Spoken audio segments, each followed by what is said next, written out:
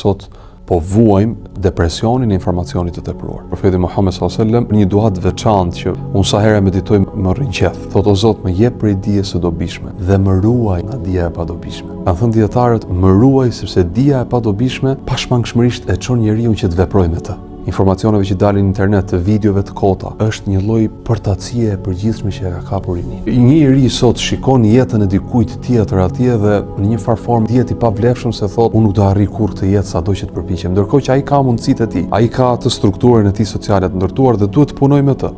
Po ai nuk është fokusuar te realiteti i tij këtu. Njeriu është mashtruar me idenë që ai ka kohë, apo ai do të ketë fundësisht energjitë që ka, po shëndetin që ka, e nuk është e vërtetë. Për këtë arsye, njeriu duhet të shpenzojë energjitë e tij në ato rrugtime të cilat janë të dobishme për të. Përpjekje që atë e zhvillojnë si njeri, e afrojnë me Zotin, e përmirësojnë si besimtar, sepse koha ikën dhe rinia kalon. Dhe ashtu siç përmendi dërguari Allahu sallallahu alaihi wasallam, koha dhe rinia janë gjëra për gjërave për të cilat ne do të pyetemi ditën e gjykimit.